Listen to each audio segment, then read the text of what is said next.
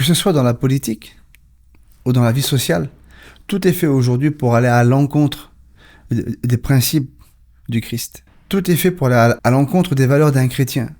Que ce soit dans l'amour, que ce soit dans ce qu'on doit communiquer, le pardon, que ce soit dans ces valeurs de respect, ces valeurs d'être ensemble.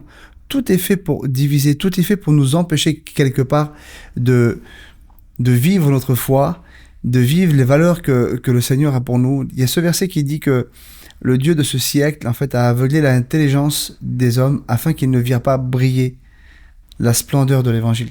Et je crois que c'est vraiment ce système qui est en place aujourd'hui, que tout est fait pour que cet évangile, d'accord, ne brille plus devant nos yeux. Mais je pense qu'on a une responsabilité pour ça, c'est de relever le défi. Et je pense qu'aujourd'hui, plus que jamais, justement, si le monde actuel dans lequel nous vivons nous montre qu'il ne faut pas aimer, je pense que plus que jamais, il faut aimer. Le monde actuel, aujourd'hui, nous montre que ça serait peut-être plus simple de ne pas pardonner, mais de garder cette rancune, parce que on nous explique que cette rancune, peut-être, elle peut nous rendre plus forts.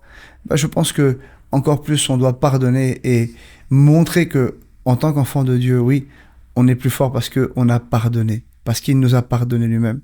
Je pense que dans cette société où tout est individuel, on doit faire voir que on est capable de réussir de grandes choses quand on est plusieurs, quand on est ensemble. Je pense que on doit montrer que quand on se réunit, qu'il y a quelque chose de meilleur. Et je pense que toutes ces valeurs-là, je pense qu'il ne faut pas les oublier.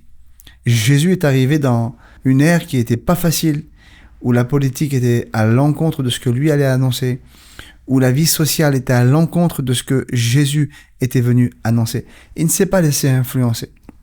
Non. Pourtant, la loi était présente. La loi accusait, la loi faisait mal, la loi dominait, mais ça ne l'a pas empêché d'annoncer la grâce. Ça ne l'a pas empêché d'annoncer cette grâce, cette valeur de la grâce. Il l'a fait jusqu'au bout. C'est vrai que parfois, on a l'impression que, en annonçant le bien, il peut nous arriver certaines choses. On a des épreuves qui sont là. Mais je sais une chose, c'est que tout concourt au bien de ceux qui aiment Dieu, et que ce combat que tu vas livrer pour le bien, pour garder tes valeurs, je pense que Dieu est un Dieu juste, et je pense qu'à l'arrivée, tu ne le regretteras pas.